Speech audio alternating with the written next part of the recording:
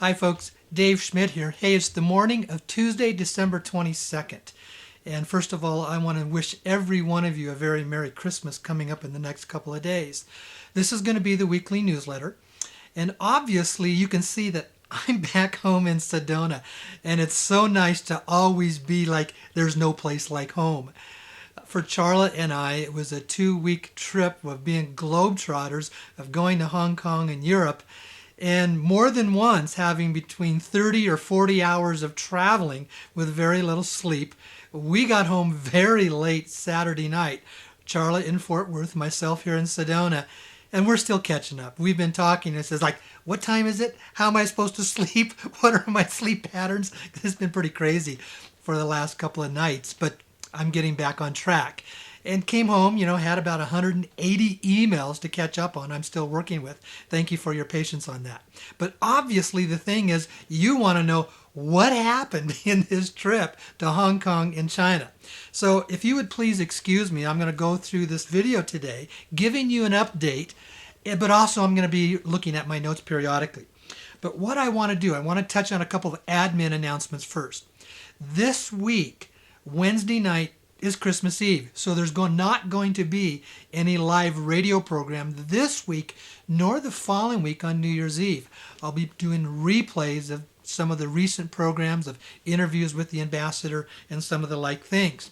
Now, what about upcoming workshops? A lot of you have been emailing me about that. Well, after this trip, what I've begun to realize is I am going back to China again in probably sometime in January, if not in February. And so all I can do is only schedule them basically 4 to 6 weeks out. And I can't go beyond that. And registrations aren't going to be posted until 2 to 3 weeks before the actual date.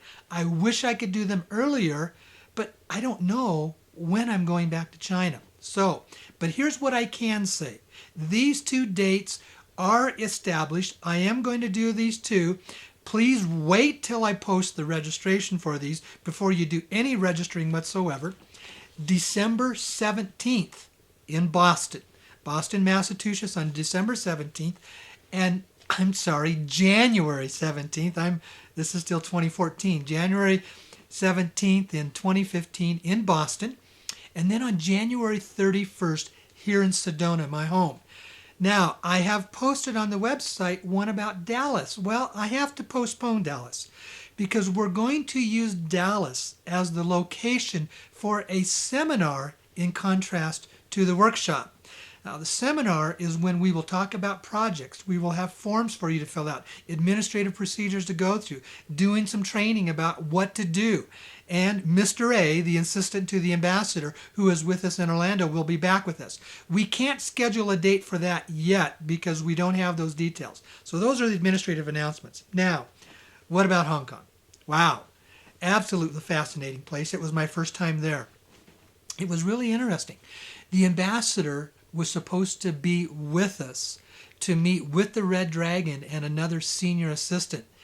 And once again, we ran into direct attack, I guess if that's the appropriate term to use, because there was another woman that was coming from another place here on the planet and was going to meet up with the Red Dragon in Europe, and they were going to travel together to Hong Kong.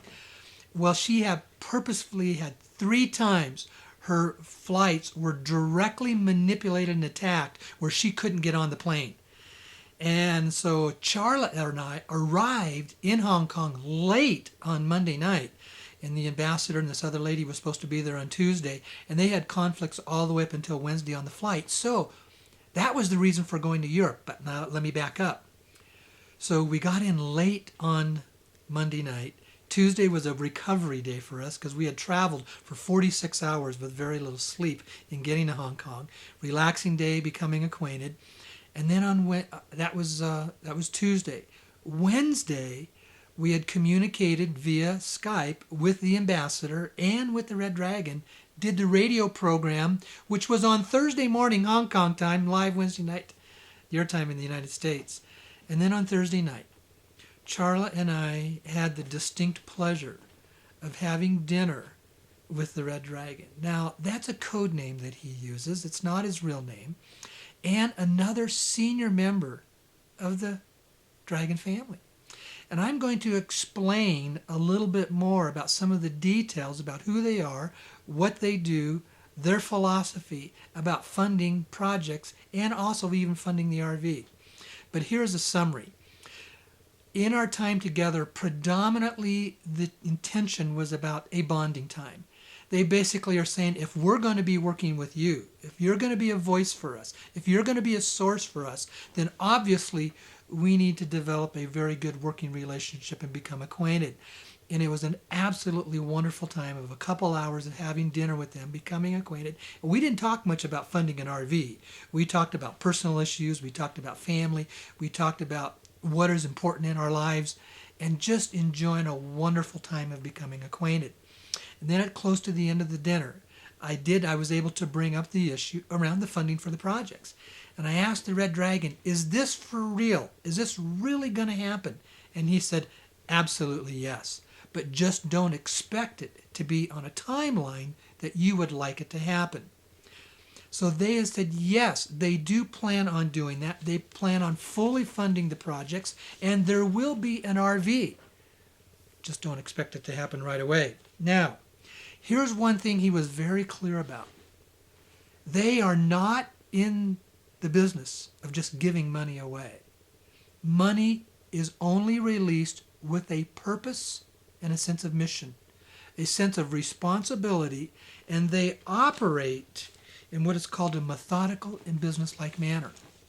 That's why I've been saying to you, it's important that you establish your basic business checking accounts. It's important for you to have a written plan about what is it that you want to use funds for. And that will be a part of funds being released. Let me tell you, I want to make sure I don't get ahead of myself, but as I said, it has to be done in a timely manner. And also, they're still of the Asian culture, and they operate in a controlled and deliberate and very patient manner. They're not in a hurry like you and I would be. I receive scores of emails every week of people saying, why not now? Why aren't they doing this? Why aren't they taking control? Why are they letting all this stuff happen? Or like people, and you heard one example on the radio program Wednesday night saying, I'm hurting. I'm in a desperate situation. I'm homeless. I'm in need of some money. Well, let me be very frank. And they've been very deliberate about this. They go by the philosophy they will help us learn how to fish. But it is not their responsibility to save the world. It is not their responsibility to fix humanity. It's our collective responsibility to wake up and heal ourselves. And that is done in a step-like, deliberate manner as we begin to wake up collectively, and then funds are released to be used in a responsible manner in conjunction with that.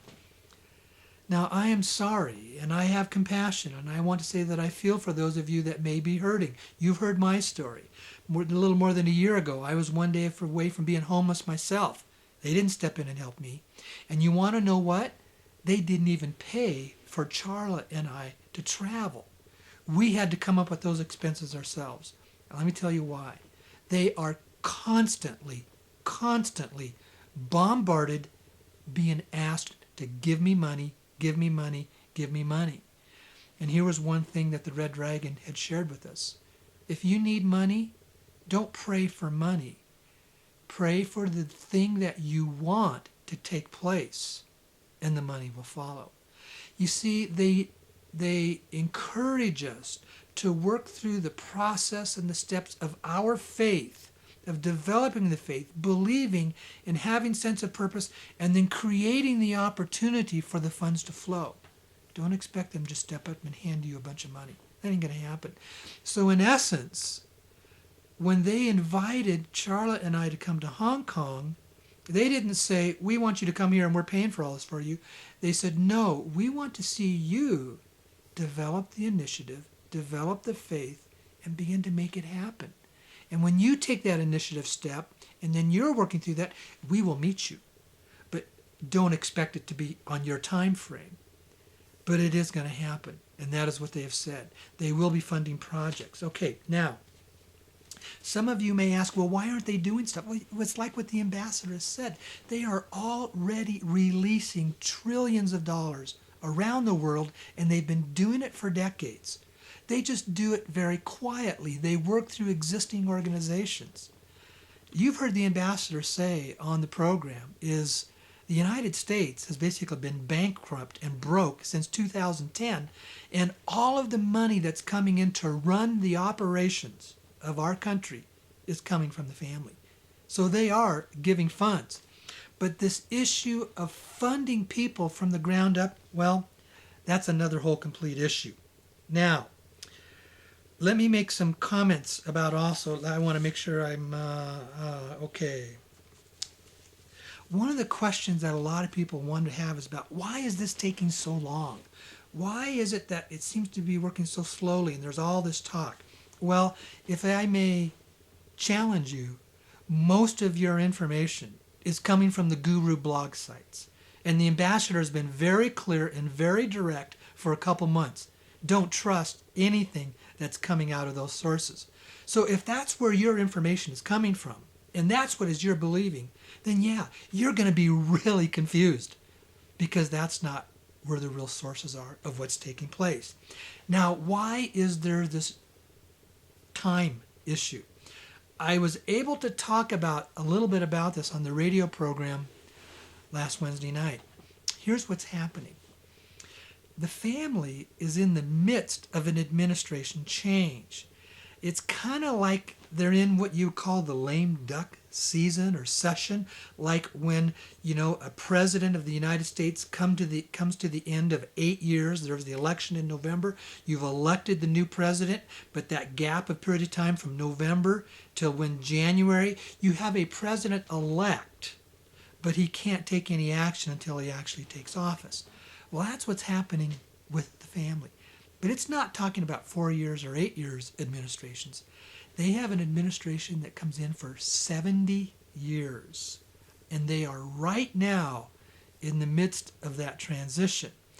And they take a couple of years for what we would call the transition phase. So what you have is an old administration that has been around since right after World War II. And then the administration of the family has the right to establish policies, direction, purpose, and procedure of what they do with these funds. And the old administration has gone through the process of 70 years of trying to work through governments, through government leaders. We saw the example 60 years ago almost with President Sukarno of Indonesia wanting to work with President Kennedy. That didn't work in releasing funds. You've heard stories about the different global collateral accounts that are out there and that are available for the different measures. And they've tried to make all that happen. And Cabal has stepped in and stopped it every step along the way. And then they have also attempted to work with world organizations such as the World Health Organization and the United Nations Organization and many others. And very rarely are the funds released and does it get down to what is called the grassroots level, that it makes a difference in our everyday lives. Well, that's been the policies of the outgoing administration. And they felt it wasn't their responsibility to establish a whole new method of operation. Well, the family members that I'm in touch with, the Red Dragon, the ambassador, and the other senior family member, they are all parts of the new incoming administration. And they will be able to establish new policies. Now, as I said, Charla and I had dinner with them on Thursday night.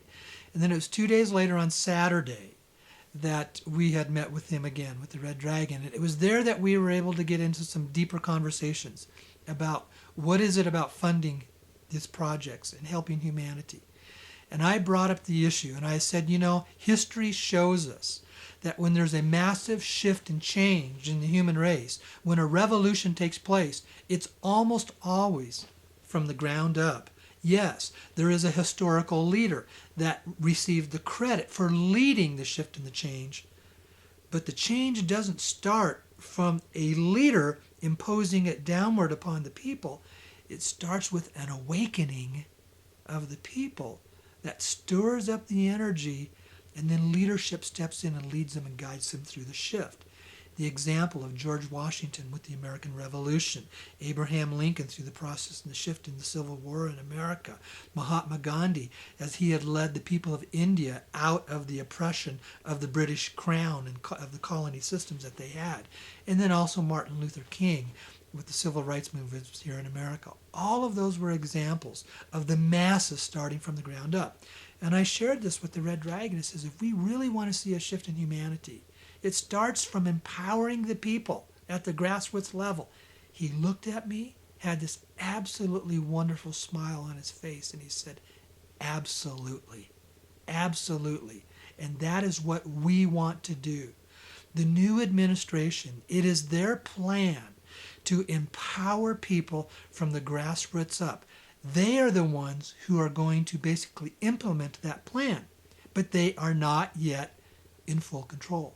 They have not yet completely stepped in and taken over from the outgoing administration. So obviously the next question is, well, when? When is that going to happen?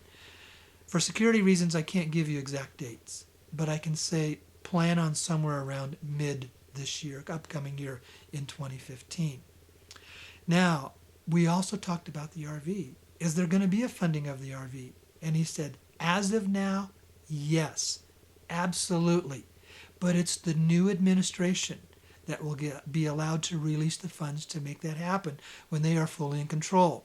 Now, you've heard me say the reasons why they've stated, and I fully agree with that. It's common sense, why we are not going to see an RV happen right away. A couple of really predominant reasons.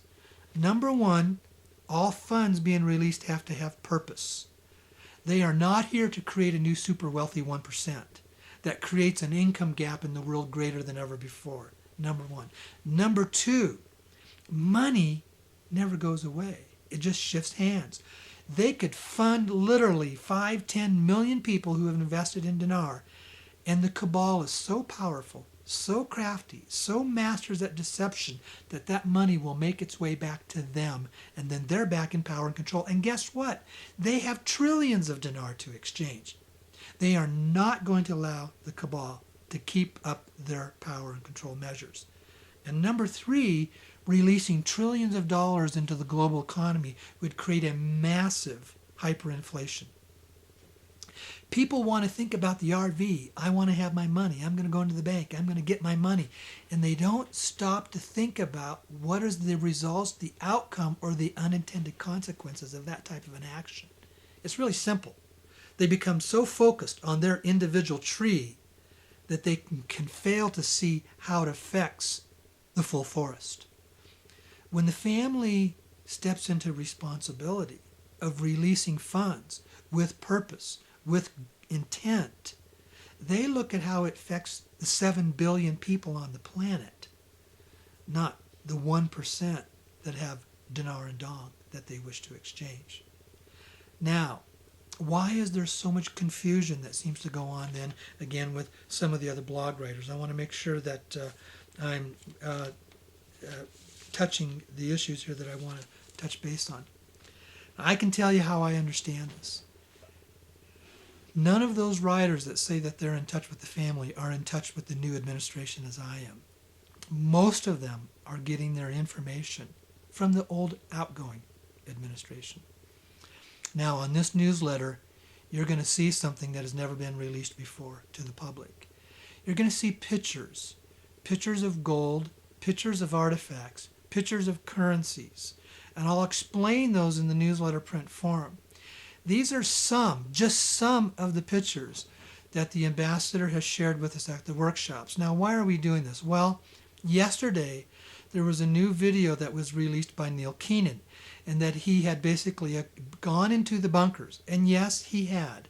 Because I have stated many times, and so has the ambassador, this gold is not just in China. It's spread throughout all of Asia.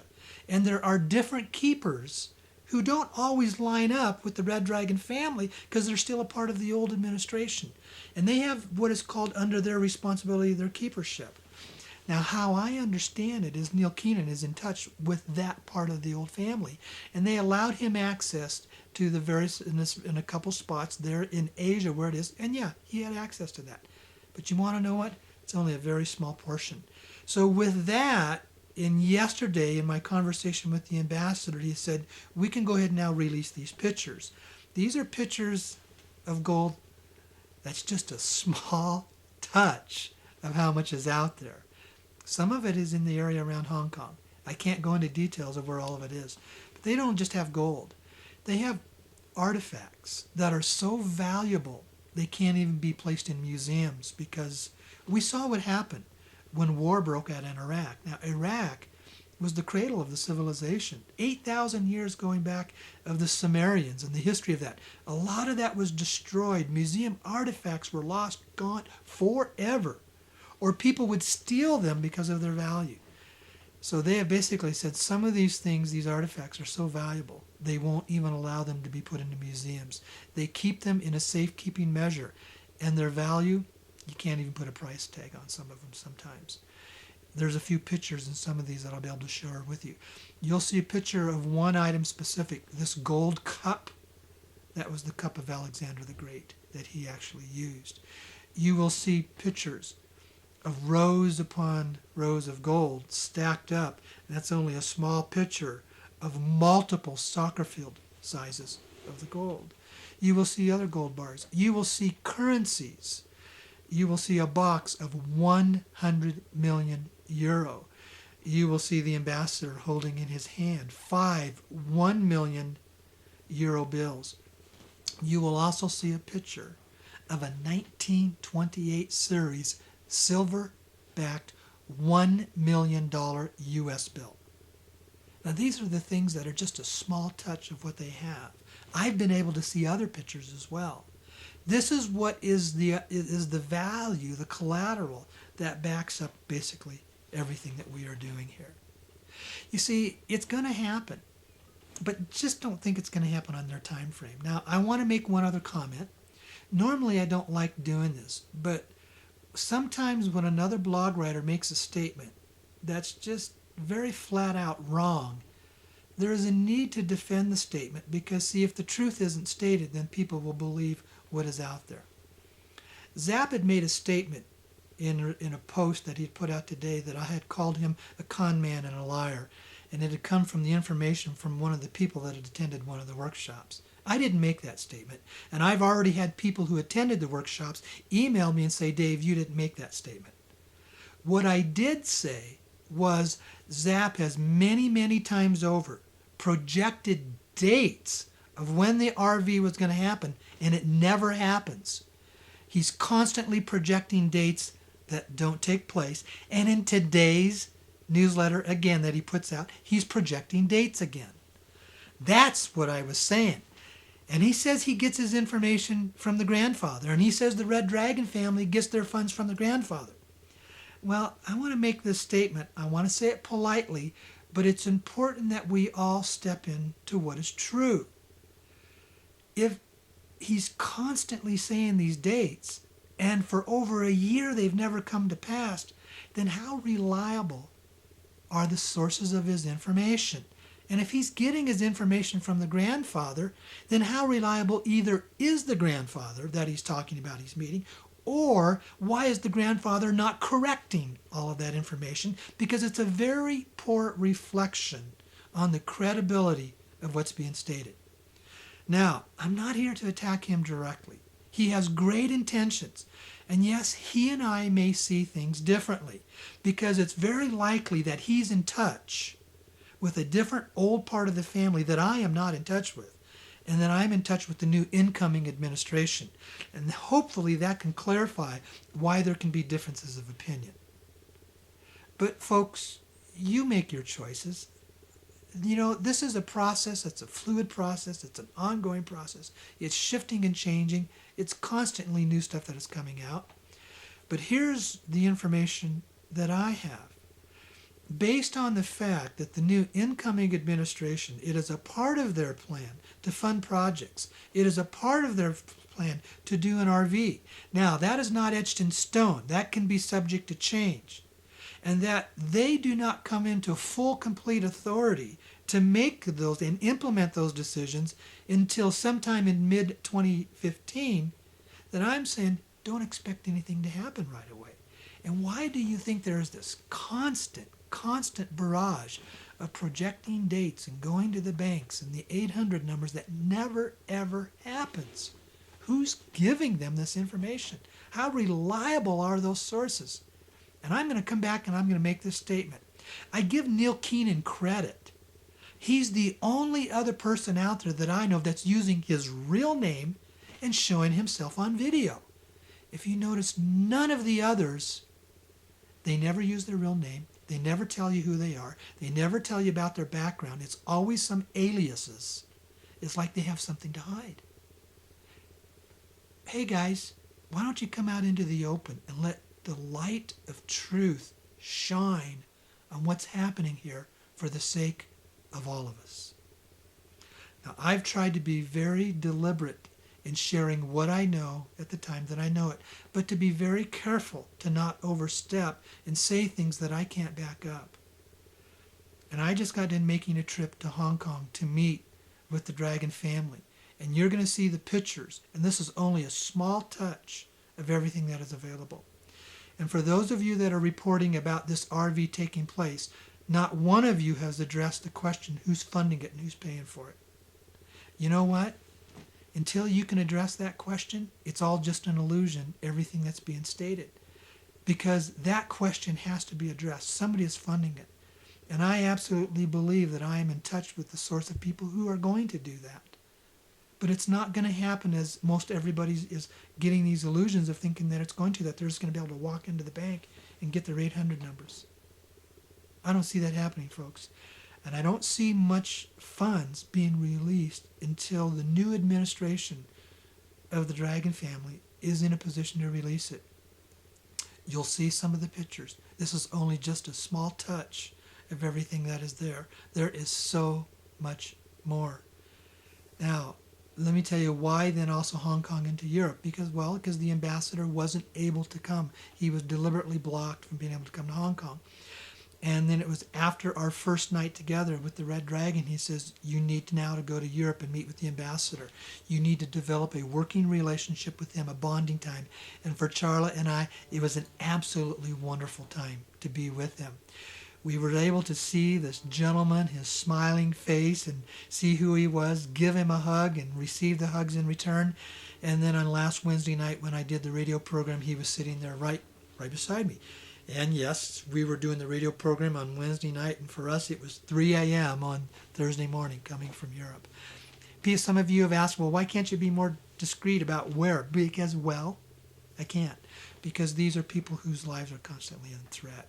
And also we create very serious problems of them being able to move forward in a responsible manner if all this information was released.